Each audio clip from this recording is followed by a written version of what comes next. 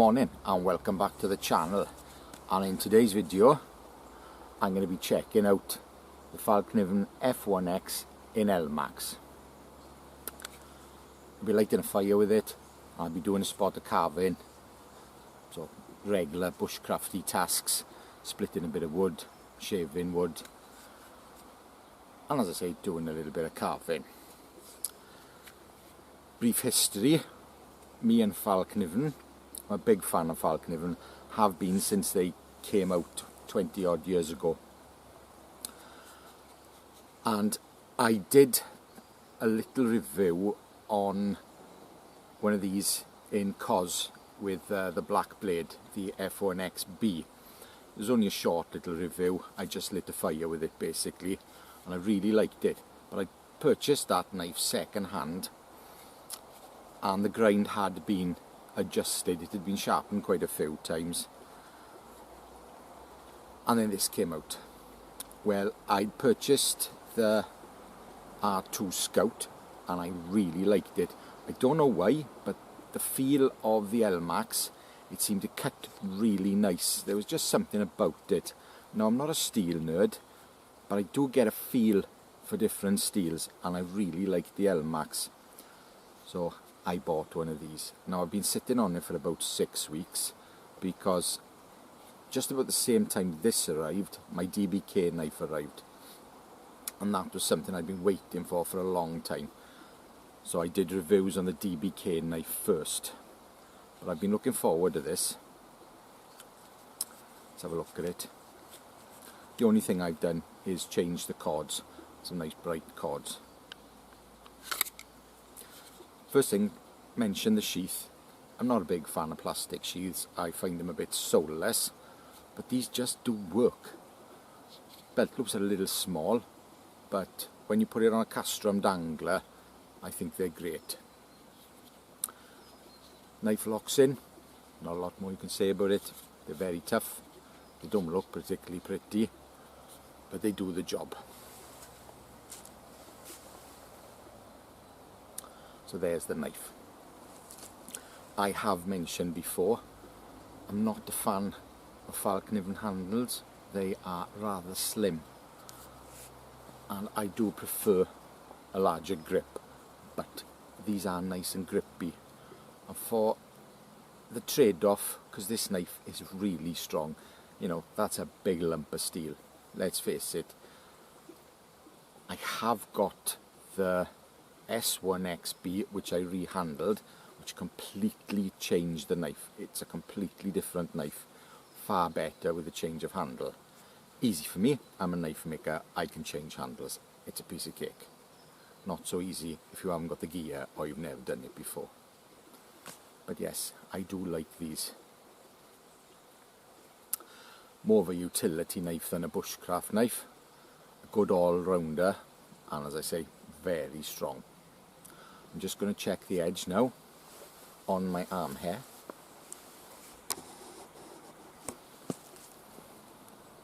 Not a lot of arm hair left there.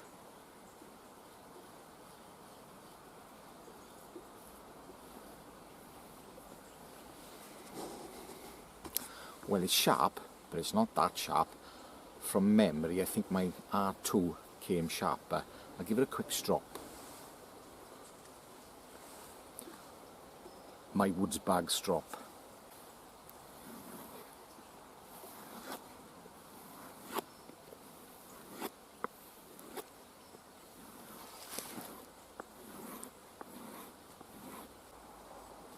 Oh,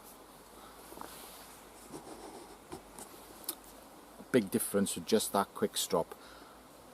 I didn't even load it up with paste or spray or anything, but yeah, quite the difference. So that now I would call hair popping.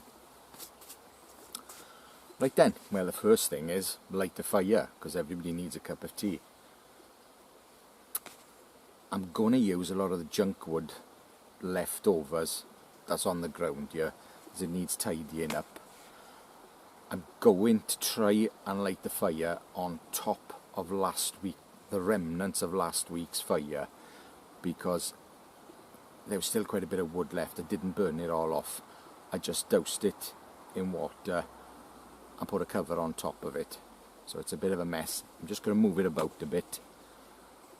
I'm going to split a bit of wood up, make some shavings, and I've got some decent dry twigs. And one thing I have noticed with these in ELMAX, the spine is a lot sharper than the cos or the VG10 models. So hopefully I'll get a spark off that with my ferro rod.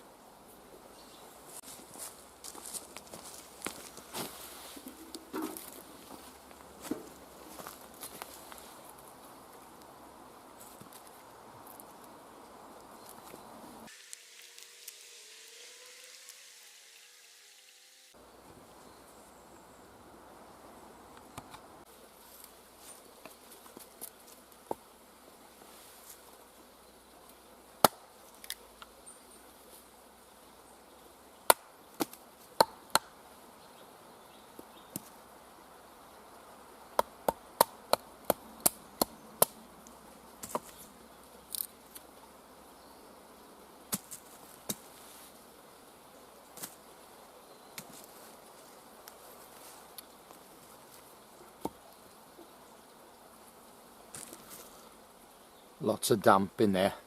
This may be a bit too big for this knife.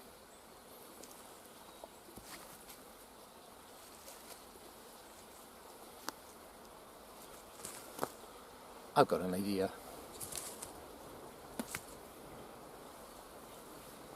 I'll make a wedge.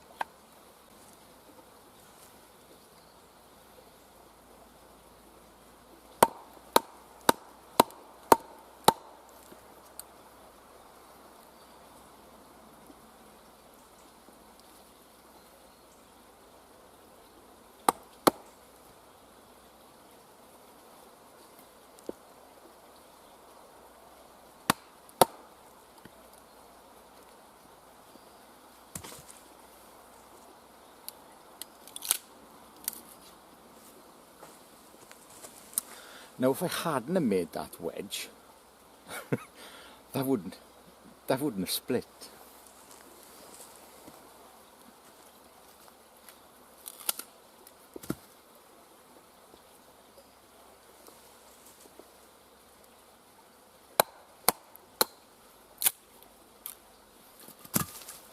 Now what I'm going to do here, because of the damp, now it's pretty dry in the centre, so I'm going to take off these pieces to make shavings from the centre.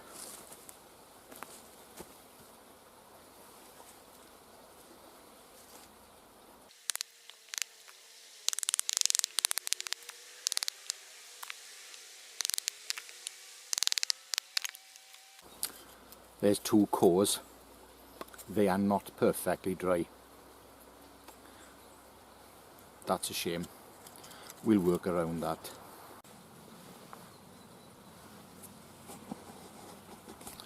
Nice pile of splits, some of them damper than others, but if I'm clever and I use a crisscross fire lay, they'll dry out and they'll burn. This is more about the knife and its splitting abilities than my fire lighting skills at the moment.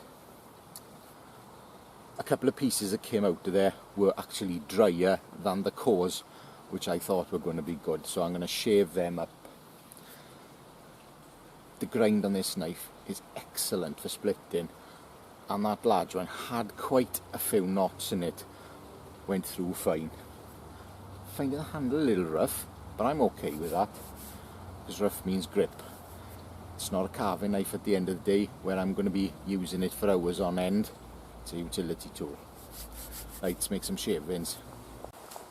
Now the wood is slightly knotty, so I may go old school, bundle of shavings in the hat rather than a feather stick. If I can do a feather stick, I will, but there's nothing wrong with adapting.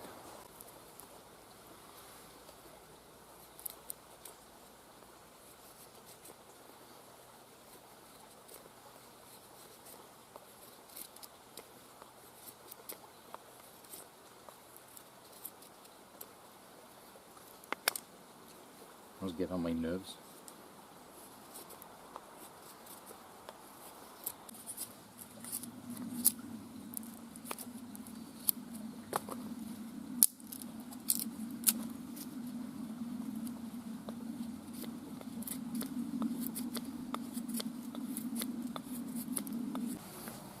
There's a hatful, should be plenty. As I said earlier, I've got some nice twigs as well.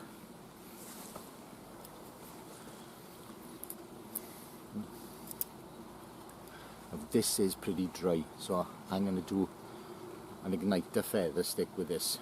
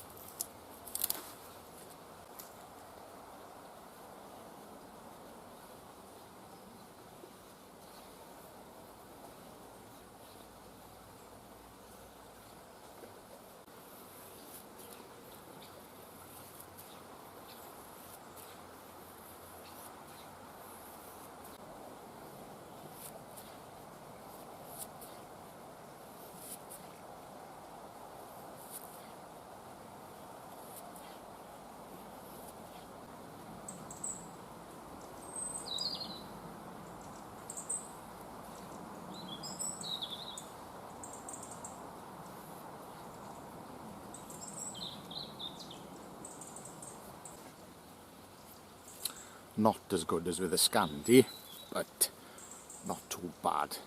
I'm finding using the tip, because of that belly, it's quite awkward to use the tip to make fine ones. I say a Scandi's just better, especially with less of a sweep. But it is a utility knife, not a bushcraft knife. We gotta remember that. Right then.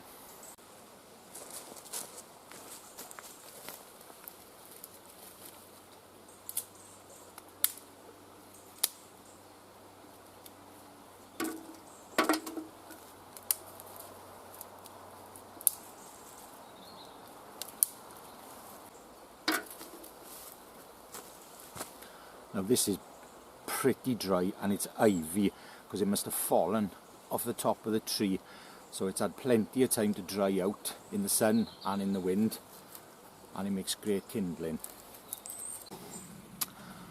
Now this feather stick isn't 100% dry, so we're fingers crossed. If it doesn't light with the ferro rod, I'm just going to use a jet lighter. Light my fire bar.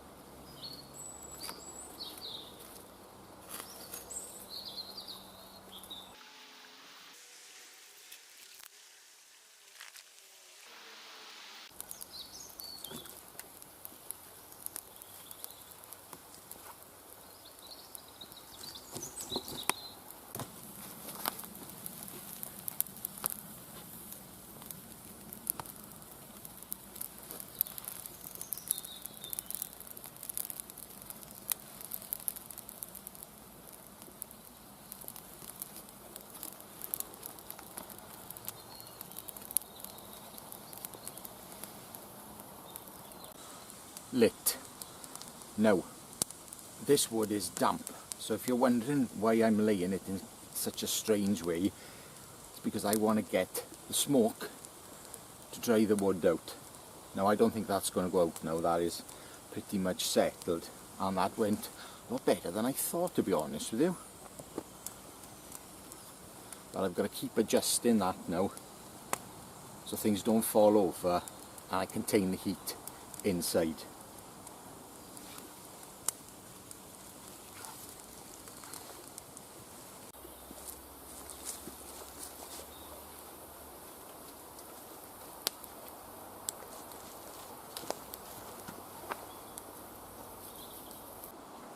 Struggling a bit. It's not dead, but it's just struggling a bit. Need to put a bit of air into it.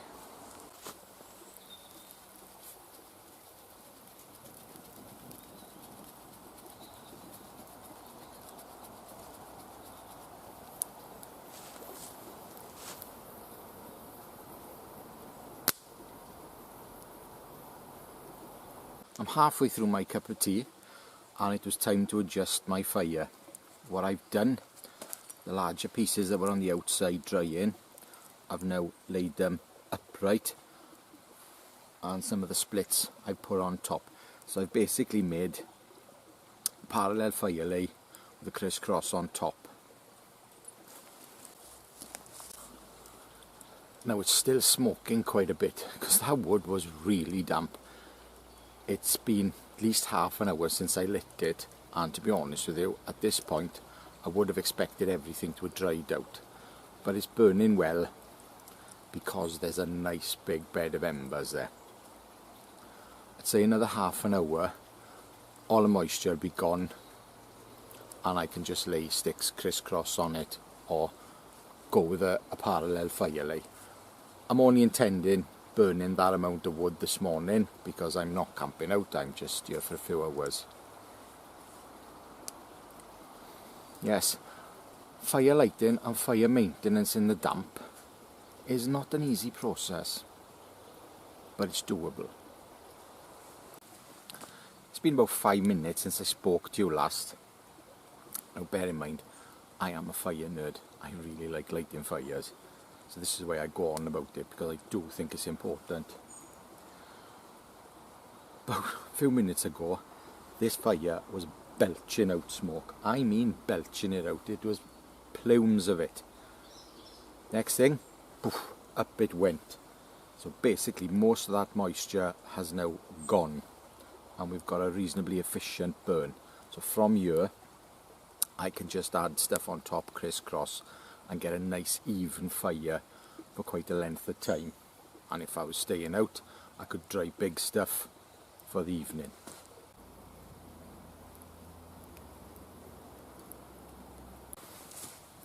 Time to get back to the knife.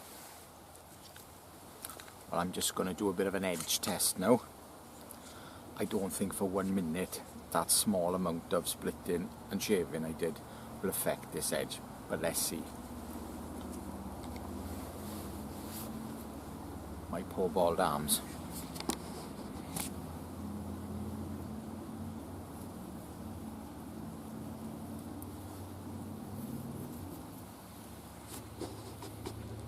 Still good. But I'll give it a quick little strop anyway, because when you're doing any kind of woodwork, if that edge isn't completely polished, you will get microfibers in it. So a quick light strop will take them out. As you can see, I put a little lanyard on, and I'm not one for a large lanyard, but I do find this type of thing, you can put 2 fingers in there, hold it back. If you're taking branches off greenwood, you've got that extra swing. So I do that. Right then.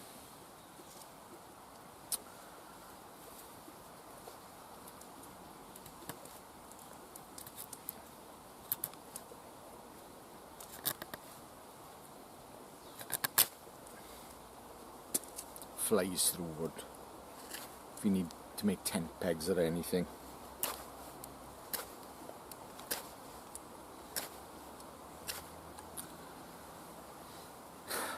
these little guards are a bit sharp. I think if you're going to do a lot of work with it, I would probably put a Dremel on there and take that edge off, because it is quite sharp. But you need it there to lock it in the sheath anyway. I think if I was going to rehandle one of these and put it in a nice leather sheath, I would probably grind it off. I know a lot of people think it stops your fingers going forward and it's a safety thing, but when you've used knives as much as I have, I really don't need that. Check out a Puukko. Puukkos haven't got guards on them. I don't feel I need it.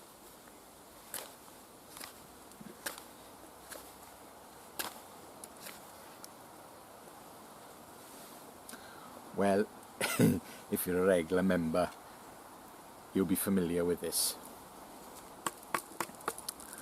I think it's a good little carving test, is just to put a pot hanger notch in. So I'm going to do that now.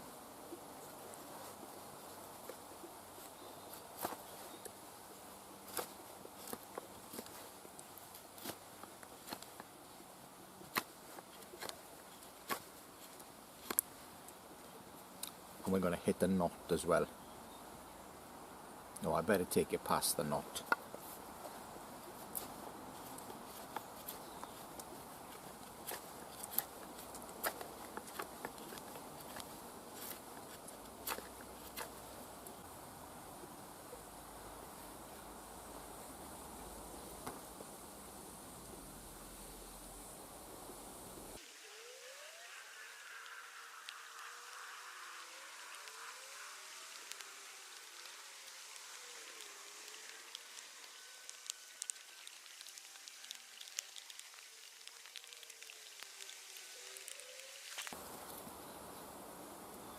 Piece of cake, no problem at all.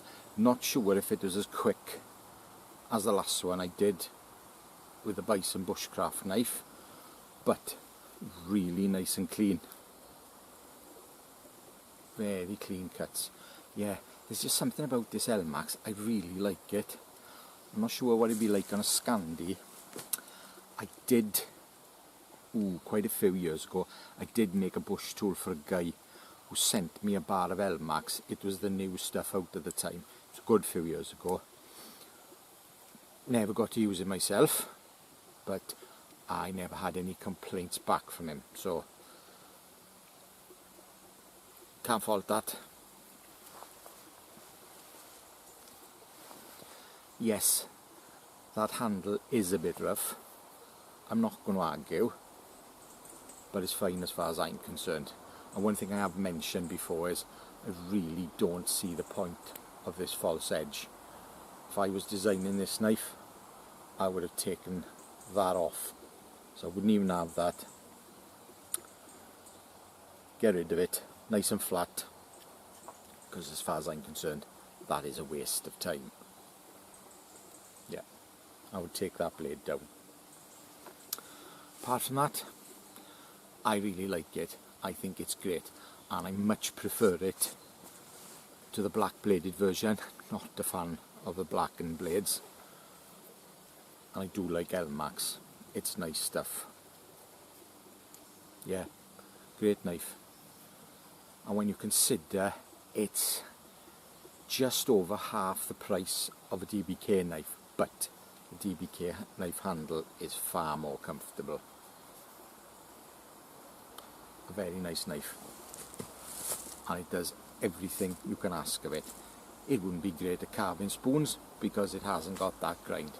As I've said before, if you want to carve spoons and do loads of carving, buy a Mora carving knife or a nice carving knife. That's a utility knife. It's meant for smashing up wood, making shavings and a bit of cooking, and for that it will excel. Whether I'll change the handle, I probably won't. I'll keep it as it is. There's nothing wrong with it. I'm impressed. Yes, I know this isn't a long-term review. It's just a first impression review. I've played with enough knives to know that will stand the test of time. A lot of people say about difficulty sharpening super steels and, expensive steels. Doesn't bother me. I use diamonds, and I've also got the Ken Onion grinder, which I bought specifically for sharpening convex grains because I don't like sharpening them by hand. Call me lazy, that's what I did. Right, a thumbs up for the Falkniven F1X in ELMAX. I like it, it's great. And my fire just fell over, so I need to adjust that. Right, well, thank you very much for watching. I appreciate your comments, I appreciate your views, and I certainly appreciate a thumbs up. Until the next time, ta-ra.